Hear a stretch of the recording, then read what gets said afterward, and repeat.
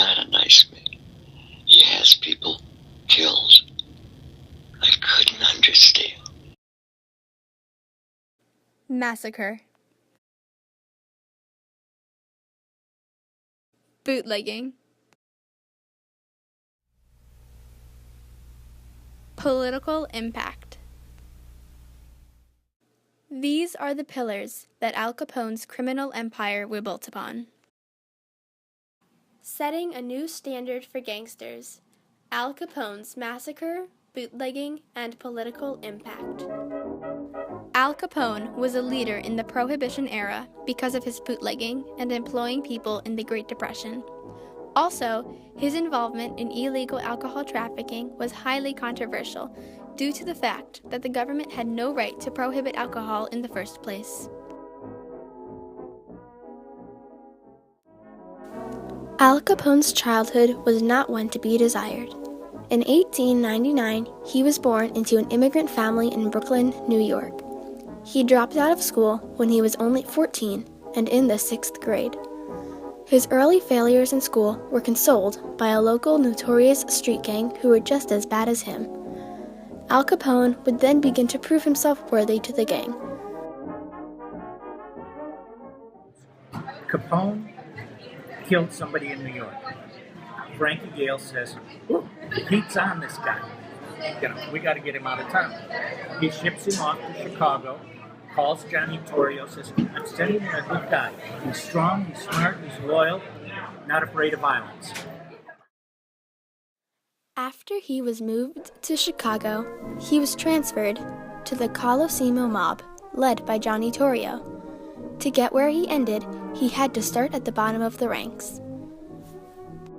After Capone's big rise, he had more to deal with than he would ever know. Once Capone had gained control of his own gang, he had much that he inherited. He now had a thriving bootlegging business that kept money flowing in and out of his gang. This created a new problem for Capone, the government. When he first started out, he inherited a governor from Torrio that saw no crime if its pockets were never empty. This man was William Hale Thompson. Problems grew when other elections were held. William Hale rejected a re-election in 1923, and William Emmett Dever now took over crime in Chicago. Unlike Thompson, Dever wouldn't allow crime. Now, when the time came for another election, Al promised to back Thompson up if he would let his businesses keep going. Thompson was elected again in the next election. With his businesses thriving, Capone was ready to take on some other problem, the other gangs. On February 14, 1929, one of the most atrocious crimes in American history was committed.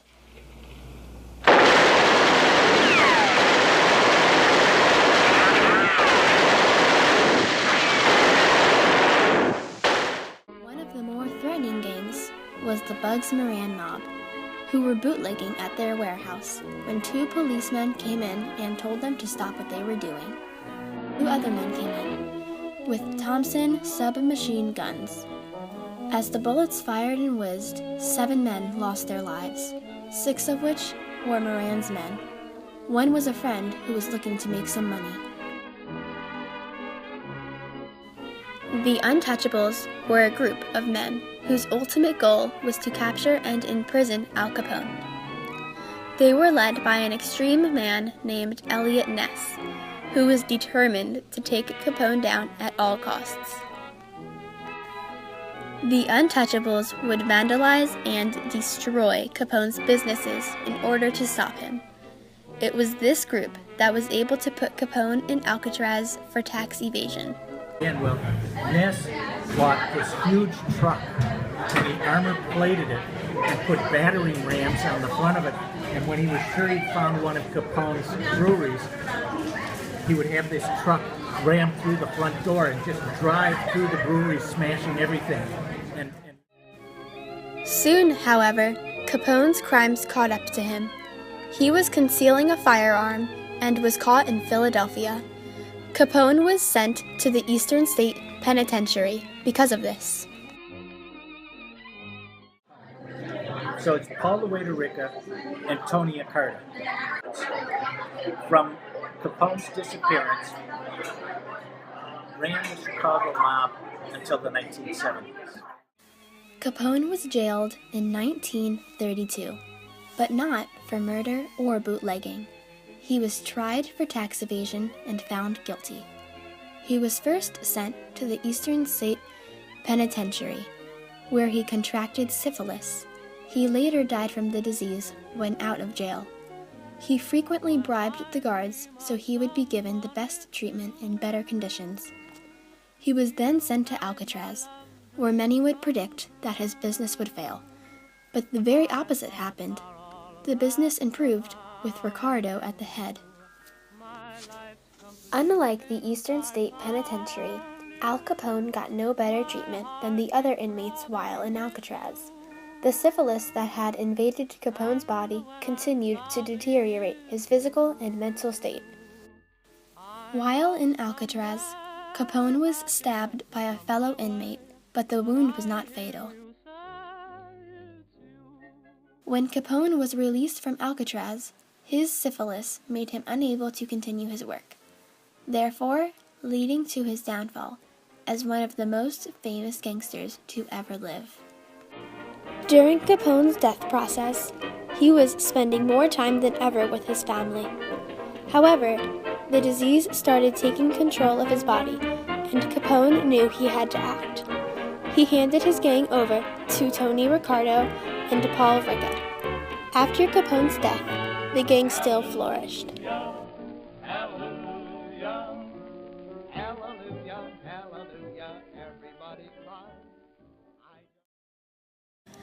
Al Capone truly led many people through the 1920s and 30s. He was a leader in gambling, bootlegging, extortion, and prostitution. His gambling ports would take in close to $300,000 each year. His bootlegging was helping contribute to the revoking of the 18th Amendment against alcohol. His extortion would change the way the police system handles bribers for the next 100 years. He was also very involved in the St. Valentine's Day Massacre in 1929. In that time, he has transformed the Chicago outfit from a small-time group doing local stuff to a national force. He was certainly the king of crime at the time and leaves a legacy just as notorious and brutal. Al Capone's reign was in 1920s to 1930s. His heavy work on bootlegging made the government realize the impossible idea of enforcing prohibition, thus leading to the end of prohibition.